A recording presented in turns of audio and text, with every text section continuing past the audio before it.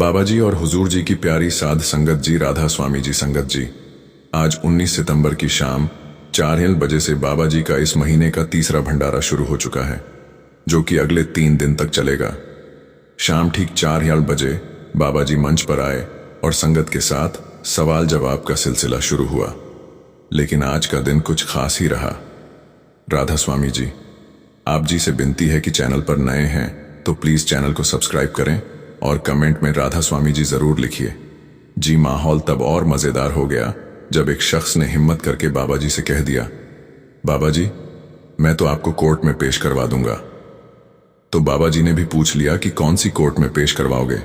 इस पर जो दृश्य सामने आया उसने सबको हैरान भी किया और खूब हंसाया भी। पूरी बात आपको हम बताएंगे। आज एक सवाल के जवाब पर बाबा जी ने हुजूर को भी सबके सामने मजाकिया अंदाज में झिड़क दिया और हंसते हुए बोले, ओए हुजूर। जिस तरह से बाबा जी ने उस पूरे पल को संभाला और संगत को सहज भाव से समझाया, वह इतना हल्का फुल्का और मजाकिया था कि पूरा पंडाल ठाकों से गूंज उठा। सच मानिए, इतनी हंसी हुई कि शायद ही कोई ऐसा भाई बहन रहा हो जिसके पेट में दर्द ना हो गया हो। जैसा कि हम जानते हैं कि बाबा जी और हुजूर जी तय समय से पहले ही स्टेज पर आ जाते हैं। आज भी बाबा जी और हुजूर जी मंच पर लगभग 10 मिनट पहले ही आ गए थे। उस समय भक्ति भाव में शब्द चल रहे थे। पहला शब्द था, मैं निर्गुणी या गुण ना ही कोई और। दूसरा शब्द था, गुरु जैसा ना ही कोई देव। इन पवित्र शब्दों की गूंज से माहौल और भी श्रद्धामय हो गया और फिर सवाल जवाब का सिलसिला शुरू हुआ। सबसे पहले एक सेवादार भाई ने भावुक होकर कहा, बाबा जी शुक्र है जो मुझे निराकार के दर्शन हुए, पर मेरी आपसे प्रार्थना है कि कृपा करके मुझे इस दुनियावी मोह माया से निकाल दीजिए और अपने योग्य बना दीजिए। मैं मोह माया को पीछे छोड़ना चाहता हूं। बाबा जी हल्की मुस्कान के साथ बोले, देखो बेटा, तुम्हारी मंजिल बिल्कुल सही है, लेकिन कोई भी मंजिल हासिल करने के लिए कदम उठाने पड़ते हैं। केवल मांगते रहना काफी नहीं है, जिंदगी में कर्म भी जरूरी है। बाकी मालिक की दया अपने आप बरस जाएगी। अगर हम सिर्फ लफ्जों में मांग रखेंगे तो लफ्ज के बदले लफ्ज ही मिलेंगे, मंजिल नहीं मिलेगी। वह भाई फिर बोला, बाबा जी इतनी दया हो कि मैं एकता में स्थिर रह सकूं। और फिर उसने एक निजी आग्रह भी रखा, मेरी बहन आपसे मिलने आई थी। उसने सारा प्रोटोकॉल भी पूरा किया, लेकिन वह आपसे मिल नहीं पाई। बाबा जी, क्या आप उससे मिलेंगे? बाबा जी को पहले ही आभास हो गया था कि यह बात कहीं ना कहीं दुनियावी आग्रह से जुड़ी है, इसलिए उन्होंने बहुत सहजता से समझाया, बेटा यह तो दुनियावी मामले हैं, ये चलते ही रहेंगे। इन्हें लेकर मन पर इतना बोझ मत रखा करो। इसके बाद एक बहन ने अपना दर्द भरा सवाल रखा। बोलते बोलते वह जोर जोर से रोने लगी। उसने कहा, बाबा जी मैंने अपनी जिंदगी में बहुत दुख सहे हैं। मेरा बेटा मुझे मारता है, मेरा पति मुझे घर में जगह नहीं देता, मेरा भाई भी मुझे पीटता है। मैं पढ़ी लिखी हूं, लेकिन फिर भी हर ओर से मुझे अपमान ही मिलता है। उस बहन की बात सुनते ही पूरा माहौल भावुक हो उठा। बाबा जी ने उसे बीच में ही बहुत नरमी और दयालु स्वर में रोका और समझाया, बेटा एक बात हमेशा याद रखना, घर की समस्याएं सबके सामने सार्वजनिक जगहों पर नहीं रखनी चाहिए। इन्हें परिवार के दायरे में ही समझदारी से हल करना बेहतर होता है। फिर एक भाई ने बड़े ही भावुक होकर बाबा जी से निवेदन किया, बाबा जी आप कृपा करो और मुझे यहीं अपने पास रख लो। बाबा जी मुस्कुरा दिए और शांत स्वर में बोले, बेटा सबसे पहले अपने घर के बड़े बुजुर्गों से बैठकर बात करो, वो क्या चाहते हैं। वह भाई आगे बोला, बाबा जी मेरा भाई मुझे मारता है ताकि मैं घर परिवार की संपत्ति में अपना हिस्सा ना मांग सकूं। वो चाहता है कि मैं घर से निकल जाऊं। इस पर बाबा जी ने बहुत सहजता से समझाया, देखो बेटा यह तुम्हारे परिवार का निजी मामला है, इसका हल तुम्हें अपने घर के बुजुर्गों को साथ बिठाकर निकालना चाहिए। पूरी दुनिया कभी भी एक मत नहीं हो सकती, मतभेद तो रहेंगे ही, लेकिन सही रास्ता यही है कि परिवार के भीतर बैठकर समझदारी से समाधान खोजा जाए। कोशिश करो कि प्यार और धैर्य के साथ अपने परिजनों से बातचीत करो और मिलकर कोई रास्ता निकालो। इसके बाद एक युवक ने झिझकते हुए कहा, बाबा जी जब भी मैं स्टेज पर जाता हूं तो बहुत घबरा जाता हूं, समझ ही नहीं आता कि क्या करूं। बाबा जी हंस पड़े और बोले, बेटा मैं भी तो स्टेज पर आता हूं और मान लो या ना मानो मैं भी घबराता हूं। अभी पिछले रविवार जब मैं सत्संग देने आया था तब भी अंदर से घबराहट थी। अब तुम ही बताओ मैं क्या करूं। आगे बाबा जी बोले, असल बात यह है कि जब हम किसी चीज से डरते हैं तो हमें और ध्यान से उसी पर फोकस करना चाहिए, तभी हम उस पर काबू पाएंगे और उसे अच्छे से निभा पाएंगे। फिर एक भाई ने हाथ जोड़कर विनती की, बाबा जी आप मुझे ऐसी कोई बात कह दीजिए जिसको मैं कभी ना भूल पाऊं। बाबा जी मुस्कुराए और बड़े ही हल्के फुल्के मजाकिया अंदाज में बोले, बेटा मुझे बोलते बोलते लगभग 35 साल हो गए हैं, अभी भी कुछ कसर रह गई है। बाबा जी आगे बोले, सच कहूं तो मैं खुद थक चुका हूं। यही बातें दोहराते दोहराते अब और क्या नया कहूं। फिर भी एक बात दिल में जरूर रखना, हमेशा अच्छे इंसान बनना और अपने माता पिता का सम्मान करना कभी मत भूलना। फिर एक और भाई ने अपनी जिज्ञासा रखी, बाबा जी जब मैंने आपको पहली बार देखा था उस समय आप नामदान बांट रहे थे, पर मुझे लगता है कि आपने मुझे देखा ही नहीं, आपकी दृष्टि दूसरी तरफ थी। बाबा जी मुस्कुराते हुए बोले, बेटा बेटा तुम्हें यह कैसे पता कि मैंने तुम्हें देखा या नहीं, और तुम्हें यह क्यों लगता है कि उस समय मैं हाल में मौजूद नहीं था। जब मैं स्टेज पर आता हूं तो क्या आंखें बंद करके बैठता हूं। बाबा जी बोले, मैं तो सबको देखता हूं, आंखों में आंखें डालकर देखता हूं, बस आप लोगों का ध्यान ही दूसरी तरफ हो जाता है।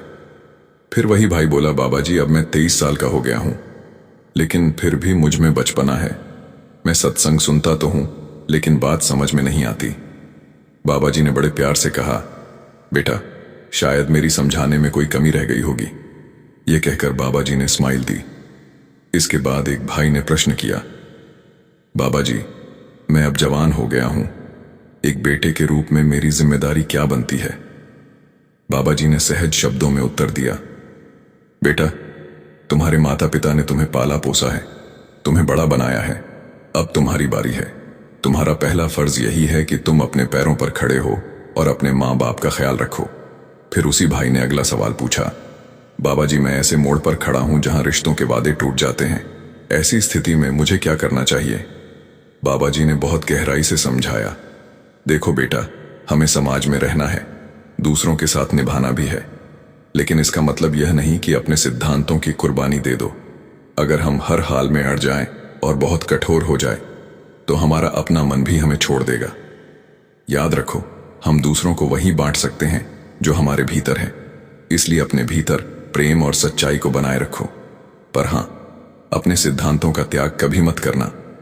फिर एक बहन ने सवाल रखा, बाबा जी पहले मैं सेवा में जाती थी तो सब ठीक चलता था, लेकिन अब हालात बदल गए हैं, ना तो मेरे बच्चे सत्संग जाते हैं और ना ही मेरा भजन सिमरन होता है, ऐसा क्यों हो रहा है।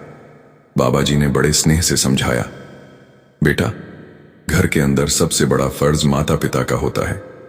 बच्चे किस दिशा में जाएंगे यह बहुत हद तक उनके आचरण और मार्गदर्शन पर निर्भर करता है।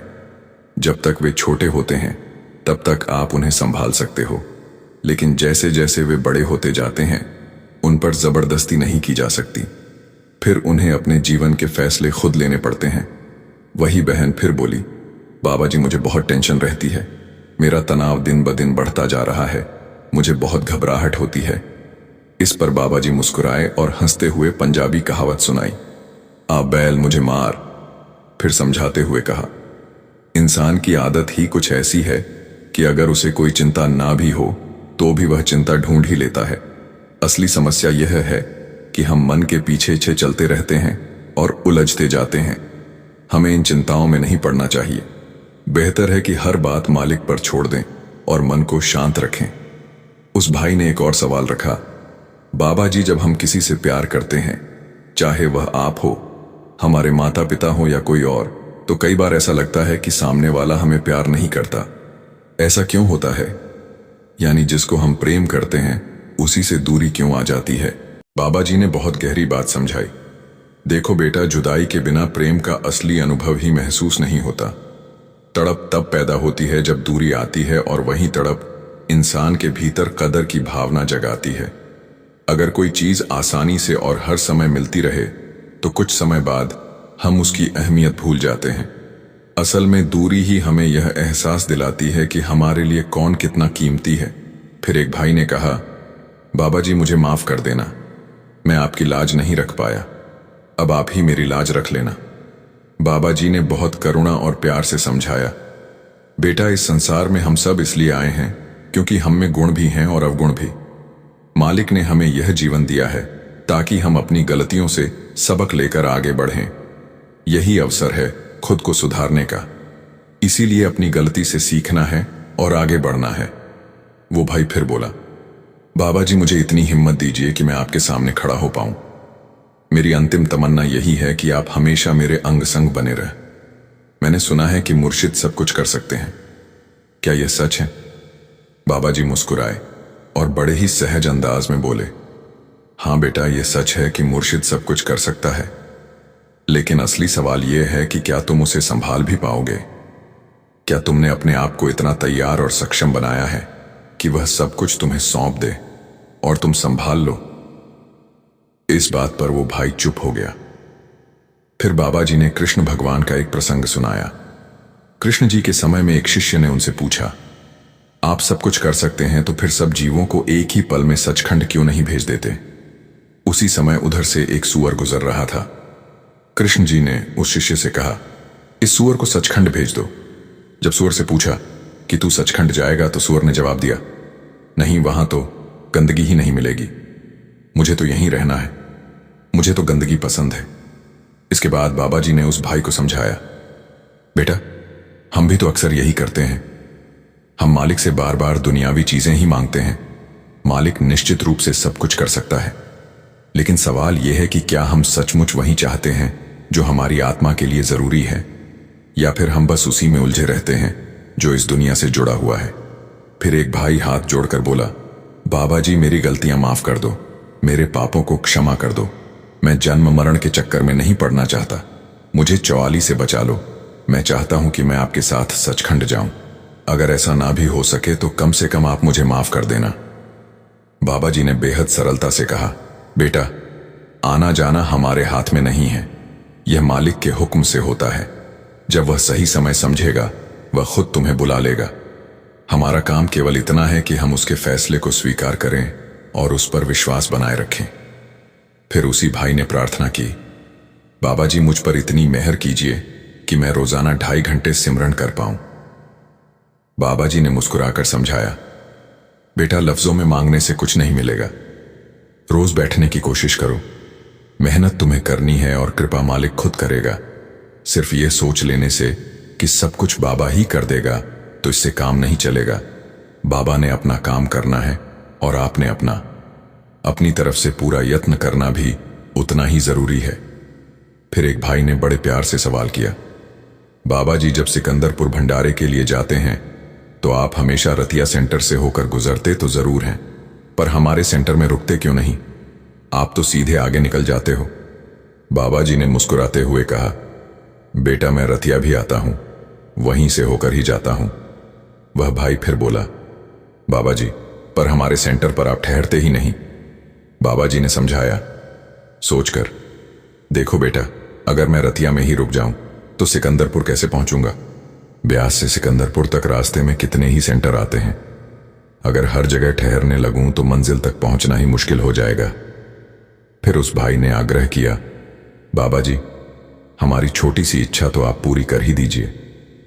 बाबा जी हंसते हुए बोले, ठीक है बेटा, तुम्हारी इच्छा तो मैं मान लूंगा, लेकिन मेरी इच्छा पूरी कौन करेगा? आप मेरी इच्छा पूरी करो, फिर मैं आपकी इच्छा पूरी कर दूंगा। संगत जी, यहां बाबा जी का इशारा भजन सिमरन को लेकर था। इसके बाद किसी ने सवाल किया, बाबा जी लोग कहते हैं कि आप तो सेंटर के दरवाजे से निकल जाते हो और हम अंदर इंतजार ही करते रह जाते हैं, क्या यह हमारे बुरे कर्मों की सजा है? बाबा जी ने मुस्कुराकर समझाया, नहीं बेटा, ऐसा बिल्कुल नहीं है। अगर मैं किसी सेंटर पर नहीं रुक पाता तो इसका मतलब यह नहीं कि वहां के लोग बुरे कर्मों वाले हैं। कई बार समय की कमी होती है या किसी और सेंटर को पहले से समय दिया होता है, इसलिए कभी कभी मुझे आगे बढ़ना पड़ता है। फिर एक भाई ने बड़े भावुक होकर बाबा जी से पूछा, बाबा जी आपने हमें यह विरह क्यों दिया है? बाबा जी मुस्कुराए और मजाकिया लहजे में बोले, अरे बेटा, विरह तो लड़कियां देती हैं, मैंने कहां विरह दिया, मैं तो तेरे सामने बैठा हूं। जैसे ही बाबा जी ने यह कहा, पूरी संगत हंसी के ठाकों से गूंज उठी। बाबा जी ने हंसते हुए फिर कहा, लगता है किसी लड़की ने तेरा दिल तोड़ा है, तभी तू ऐसी बातें कर रहा है। सारी संगत जोर जोर से हंसने लगी। फिर बाबा जी मजाक में बोले, ठीक है बेटा, अगर उसने तुझे मौका नहीं दिया तो अब किसी और से शादी कर लें। वो युवक बोला, बाबा जी घर वाले अपने आप देख लेंगे। बाबा जी हंसते हुए बोले, अगर तू यूं ही टालता रहेगा तो कौन देखेगा। अच्छा है, ऐसी लड़की ढूंढ लेना जो सेवा करने वाली हो। इतने में एक लड़का बोला, बाबा जी आप तो हमारी सुन लेते हो, पर हुजूर जी हमारी बात नहीं सुनते। आप उनसे कहिए कि वह भी हमारी सुना करें। बाबा जी ने मजाकिया अंदाज में हुजूर जी की ओर देखकर कहा, ओए हुजूर जरा इनकी भी सुना करो। ये सुनते ही पूरा पंडाल हंसी से गूंज उठा। फिर एक भाई ने पूछा, बाबा जी अगर हमारे घर वाले सत्संग या भजन सिमरन का विरोध करें तो हमें क्या करना चाहिए। मेरे घर वाले कहते हैं कि असली भक्ति दीपक जलाकर और मंदिर में जाकर ही होती है। बाबा जी बोले, बेटा प्यार और सहनशीलता से काम लो। विरोध का जवाब विरोध से मत दो। सेवा और सदाचार से ही बदलाव आता है। आप एक अच्छा उदाहरण बनकर दिखाओ। आगे बाबा जी ने यह भी समझाया कि आपने जो रास्ता चुना है वह आपकी नजर में सही है, तो इसका मतलब यह नहीं कि दूसरों की नजर में भी वह रास्ता सही हो। सबकी अपनी अपनी सोच और विचारधारा है। चाहे धार्मिक स्थान पर जाकर भक्ति करें या घर पर रहकर, मकसद उस एक मालिक की भक्ति करना ही होना चाहिए। फिर एक बहन ने रोते हुए पूछा, बाबा जी आप हमेशा कहते हो कि मालिक बहुत दयालु है, तो फिर हमारे ऊपर इतने दुख क्यों आते हैं। बाबा जी बोले, बेटा जैसे धूप के बाद छांव आती है और फिर धूप आती है, वैसे ही जब तक हम शरीर के दायरे में हैं तब तक ये धूप छांव का खेल यानी सुख दुख का खेल चलता रहेगा। अगर मालिक सिर्फ सुख ही देगा तो हम कभी सीख नहीं पाएंगे। मालिक अगर दुख देता है तो वह भी हमारे भले के लिए ही देता है। बाबा जी आगे बोले, हम कर्मों के अनुसार जीवन जीते हैं। दुख हमें याद दिलाता है कि यह संसार स्थायी नहीं है। अगर सब सुख ही सुख होता तो कौन प्रभु को याद करता। दुख हमें भीतर की तरफ मोड़ता है, हमें ईश्वर के करीब लाता है। इसलिए इसे नकारात्मक न समझो, बल्कि इसे आत्मिक प्रगति का साधन मानो। फिर एक भाई ने पूछा, बाबा जी क्या नौकरी और कारोबार करते हुए भी मुक्ति संभव है। बाबा जी ने समझाया, बिल्कुल संभव है। मालिक को पाने के लिए हमें अपने घर परिवार, अपने कारोबार को छोड़ने की कोई जरूरत नहीं है। अगर दुनियादारी छोड़कर ही मुक्ति मिल पाती तो गुरु नानक देव जी, कबीर साहब या अन्य संत सब जंगल चले जाते, पर उन्होंने तो हमें यहीं इस संसार के बीच रहकर सिखाया कि दुनियावी जिम्मेदारी भी निभानी है और आध्यात्मिक भी। इसी संसार में रहते हुए हमें मालिक से रिश्ता जोड़ना है। फिर एक बीवी ने पूछा, बाबा जी मेरे बच्चे सारा दिन कारोबार में लगे रहते हैं, मोह माया में लगे रहते हैं, और जब मैं कहती हूं कि आज सत्संग या सेवा पर चलो तो वह कारोबार का बहाना बना देते हैं। बाबा जी ने समझाया कि हमें किसी के साथ जबरदस्ती नहीं करनी है, हमें खुद एक अच्छा उदाहरण बनकर दिखाना है। जब मालिक चाहेगा तो उन्हें भी अपने आप अपनी तरफ खींच लेगा। अगर हम जोर जबरदस्ती से उन्हें सत्संग पर लाएंगे तो वह विरोध करेंगे और इससे घर का माहौल खराब होगा। हमें घर का माहौल भी खराब नहीं करना और अपने रूहानी अभ्यास को भी बंद नहीं करना। फिर एक भाई ने कहा, बाबा जी अब मुझे नामदान मिल गया है, लेकिन पहले मुझसे जीवन में कुछ बुरे कर्म हो गए थे, और अब मैं जैसे ही आंख बंद करके सिमरन पर बैठता हूं तो वही आंखों के सामने आकर बहुत परेशान करते हैं। बाबा जी ने जवाब दिया, बेटा मन बड़ी जल्दी प्रभावित होता है, क्योंकि मन और कर्मों का हिसाब बहुत गहरा है। जब हम भीतर जाते हैं तो जो मन के अंदर जमा हुआ है वही सामने आता है। जैसे किसी कमरे को साफ करने लगो तो पहले धूल ही उड़ती है। अभ्यास करते करते धीरे धीरे यह धूल साफ हो जाएगी। धैर्य रखो और नियमित अभ्यास करो। फिर एक बहन ने पूछा, बाबा जी क्या सेवा करना भी उतना ही जरूरी है जितना भजन सिमरन करना। बाबा जी ने समझाया, असल सेवा भजन सिमरन ही है। बाहरी सेवा इसलिए दी गई है कि हमारा मन झुकना सीखे। बाबा जी बोले, बाहरी सेवा और भजन दोनों ही जरूरी हैं। सेवा से अहंकार टूटता है और नम्रता आती है। भजन सिमरन से आत्मा मजबूत होती है। अगर सेवा बिना भजन हो तो अधूरी है, और अगर भजन बिना सेवा हो तो मन कठोर हो सकता है। हमारे अंदर अहंकार जन्म ले सकता है। इसलिए दोनों का संतुलन ही इस मार्ग पर हमें आगे बढ़ाता है। फिर एक लड़के ने बहुत ही गहरा सवाल पूछा, और यह सवाल अक्सर हम सबके मन में भी आता है। इस भाई ने पूछा, बाबा जी, मन बार बार कहता है कि अभी तो जिंदगी बाकी है, बुढ़ापे में भजन कर लेंगे, क्या यह सही सोच है? बाबा जी ने समझाया, नहीं बेटा, यह मन का धोखा है। किसने कहा कि जिंदगी लंबी है? क्या आपके पास इसकी कोई गारंटी है कि आप सच में इतने साल जियोगे? बाबा जी बोले, मौत कभी भी आ सकती है। अगर हम कल पर टालते रहेंगे तो आज का दिन भी व्यर्थ जाएगा। अभ्यास आज से शुरू करो। उम्र या समय की प्रतीक्षा मत करो। हुजूर अक्सर कहा करते थे कि इंसान सालों बाद की प्लानिंग कर लेता है, लेकिन उस मालिक की क्या प्लानिंग है यह इंसान नहीं जानता। फिर एक भाई ने पूछा, बाबा जी, अगर ध्यान में कोई अनुभव ना हो, कुछ सुनाई ना दे, तो क्या इसका मतलब है कि हम पीछे रह रहे हैं? बाबा जी ने जवाब दिया, नहीं बेटा, अनुभव का मतलब यह नहीं कि कोई रोशनी दिखे या कोई आवाज सुनाई दे। सबसे बड़ा अनुभव है मन की स्थिरता और मन की शांति। अगर तुम्हारे मन में स्थिरता, धैर्य और प्रेम आ रहा है तो वही सच्चा अनुभव है। बाकी जो कुछ है वह अपनी गति से समय पर होगा। हमारा काम है मेहनत करना, परिणाम प्रभु पर छोड़ देना। भजन सिमरन का मकसद है मन पर जीत हासिल करना। जिसने मन को जीत लिया, समझ लो उसने मालिक की पहचान कर ली। बाबा जी बोले, मन जीते जग जीत। फिर एक बहन ने पूछा, बाबा जी, अगर कोई इंसान भजन सिमरन तो करता है लेकिन वो गुस्सैल स्वभाव का है, तो क्या उसका अभ्यास सफल होगा? बाबा जी ने जवाब दिया, बेटा, भजन सिमरन का असर ही यह है कि अपने स्वभाव को बदले। अगर अभ्यास के बावजूद गुस्सा बना हुआ है तो इसका मतलब है कि अभ्यास गहराई से नहीं हो रहा। यह दोनों साथ साथ चलते हैं। जितना मन प्रभु से जुड़ेगा उतना ही गुस्सा, ईर्ष्या और नकारात्मकता कम होती जाएगी। फिर एक भाई ने पूछा, बाबा जी, अगर कोई नाम दान ले और फिर बीच में भजन सिमरन छोड़ दे और कुछ महीने या सालों बाद फिर से शुरू कर दे, तो जो पहले भजन सिमरन कर चुके हैं तो क्या उसका कुछ फायदा रहता है? बाबा जी ने समझाया, बेटा, नाम दान एक बीज की तरह है। अगर तुम उसे पानी देना छोड़ दोगे तो बीज सूख जाएगा और फिर और ज्यादा मेहनत करनी पड़ेगी। इसलिए कहा जाता है कि एक दिन का भी नागा नहीं डालना है। अगर किसी दिन ना कर पाओ तो अगले दिन दुगना समय देकर पिछले दिन को पूरा करो। लेकिन अगर हम महीनों या सालों तक छोड़ देंगे तो इतने समय की भरपाई हम दोबारा नहीं कर पाएंगे। इसलिए चाहे थोड़ा थोड़ा बैठना शुरू करो, लेकिन रोज बैठो और धीरे धीरे समय बढ़ाते जाओ। फिर एक बहन ने पूछा, बाबा जी, मेरे रिश्तेदार कहते हैं कि मालिक की भक्ति करने के लिए गुरु की क्या जरूरत? यह काम तो कोई भी कर सकता है, तो क्या गुरु के बिना प्रभु तक पहुंचना संभव है? बाबा जी ने समझाया, देखो बेटा, जैसे डॉक्टर के बिना बीमारी का इलाज कठिन है, वैसे ही गुरु के बिना आत्मा की बीमारी का इलाज भी मुश्किल है। गुरु मार्गदर्शन करता है, दिशा दिखाता है।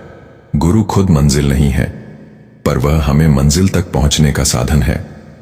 बाबा जी ने एक और उदाहरण के साथ समझाया कि जब हम किसी नए शहर में जाते हैं तो वहां की जानकारी हमें नहीं होती और हम एक गाइड कर लेते हैं। वैसे ही जब हम इस रूहानी मार्ग पर चलते हैं तो हमें आगे के रास्ते की जानकारी के लिए मार्गदर्शक की जरूरत होती है, और गुरु हमारा मार्गदर्शन करते हैं। फिर एक लड़के ने पूछा, बाबा जी, हमें कैसे पता चलेगा कि हमारी प्रार्थना प्रभु तक पहुंच रही है या नहीं? बाबा जी ने समझाया, बेटा, असली प्रार्थना तो भजन सिमरन है। मालिक को हमारे लफ्जों की जरूरत नहीं है। मालिक हमारी अवस्था को जानता है। मालिक को पता है कि हमें कब और क्या देना है। हमारा काम है भजन सिमरन करना। हमें परखों में नहीं पड़ना, बस भजन सिमरन करना है। संगत जी, हमने आपको आज शाम 4 बजे के सवाल जवाब सुनाए। कल भी हम आपके साथ शाम 4 बजे होने वाले सवाल जवाब साझा करने की कोशिश करेंगे। हम संगत जी से विनती करते हैं कि कमेंट में राधा स्वामी जरूर लिखें और आप इस चैनल को सब्सक्राइब जरूर करें।